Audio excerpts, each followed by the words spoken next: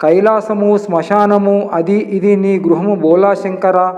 మనుజుల మనసుల ద్వేషాన్ని హరించు, మానవతను మమతను విశ్వమంతా విస్తరించు శంకర.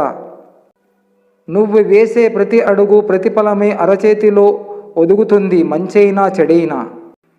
మనం పోయాక ఎలాగో అందరినీ బాధ పెడతాం. బ్రతికుండి అదే పని చేస్తే మన చావుకి బ్రతుక్కి తేడా ఉండదు. మన వల్ల ఎవరు సంతోషంగా లేకపోయినా పర్లేదు, కనీసం ఎవరిని బాధించకుండా జీవిస్తే చాలు.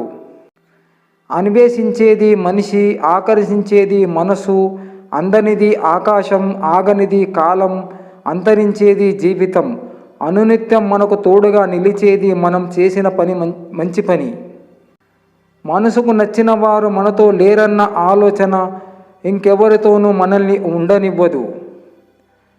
ఈరోజు నా నమ్మకం మీద దెబ్బ కొట్టావు, కానీ ఒకటి గుర్తుపెట్టుకో, ఏదో ఒకరోజు దేవుడు నీ బతుకు మీద దెబ్బ కొడతాడు చూడు. అప్పుడు నీకు నేను ఖచ్చితంగా గుర్తుకు వస్తాను. గుడిలోకి వెళ్తూ మెట్ల దగ్గర ఆగిపోయాను. అప్పుడు అనిపించింది బట్టలే తేడా, బతుకు ఒకటే అని. మన పెద్దల సంపాదన మనకు కలిసొస్తే భోగం, మన సంపాదన మనకు ఉపయోగపడితే యోగం. మనం సంపాదించింది కూడా మనం తినలేకపోతే రోగం. మరణం మాత్రమే కాదు, కొన్ని మాటలు కూడా మనిషిని చంపేస్తాయి. హక్కుల కంటే బాధ్యత గొప్పదన్నది రామతత్వం. కష్టంలో కలిసి నడవాలన్నది సీతాతత్వం. కుటుంబ బాధ్యత పంచుకోమంటుంది లక్ష్మణతత్వం. నమ్మిన వారి కోసం తెగించమంటుంది ఆంజనేయ తత్వం. చెప్పేటోడు చేరదీస్తాడా, అనేటోడు ఆదుకుంటాడా, వినేటోడు విలువిస్తాడా? ఎవడికి ఏం చెయ్యడు, చేసినట్లు నటిస్తారంతే. తోడుగా నిలబడి అబద్ధాన్ని రుజువు చేసి నిజాన్ని దాచేసే రోజులివి నేస్తమా. తమ దగ్గర ఉన్నదాని గురించి మాత్రమే ఆలోచించేవారు ఎప్పుడూ ఆనందంగా ఉంటారు. తమ దగ్గర లేని దాని గురించి ఆలోచించేవారు ఎప్పుడు దుఃఖంలో ఉంటారు. ఇది పచ్చి నిజం మిత్రమా. నిన్న ఉన్న కష్టం రేపు ఉంటుందో లేదో తెలియదు. అలాగే ఈరోజు ఉన్న సంతోషం రేపు ఉండకపోవచ్చు.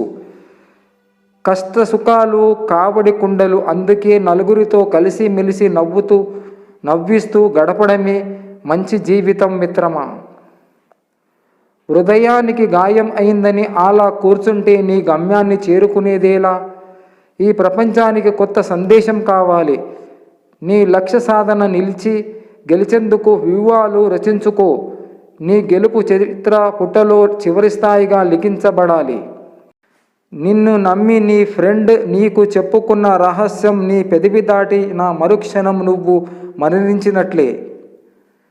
రోజుకో రకంగా వేషధారణ మారవచ్చు, కానీ రోజుకో రకంగా మనసు మార్చుకోకూడదు. ఎటువంటి పరిస్థితిలో అయినా సంతోషంగా ఉన్నవాడే నిజమైన భాగ్యవంతుడు. గతం గురించి ఆలోచిస్తే అక్కడే ఉండిపోతావు. చేరాల్సిన గమ్యం గురించి ఆలోచిస్తే నీ జీవితంలో ముందుకెళ్ళగలవు. కాస్త ఓర్పు సహనముతో ఉండి చూడు.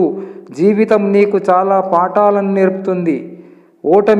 ఓటమిరగదు, సహనముతో సాధ్యము కానిది లేదు. ఈ రెండు ఉన్న వాళ్ళు జీవితంలో ఎప్పటికీ ఓడిపోరు.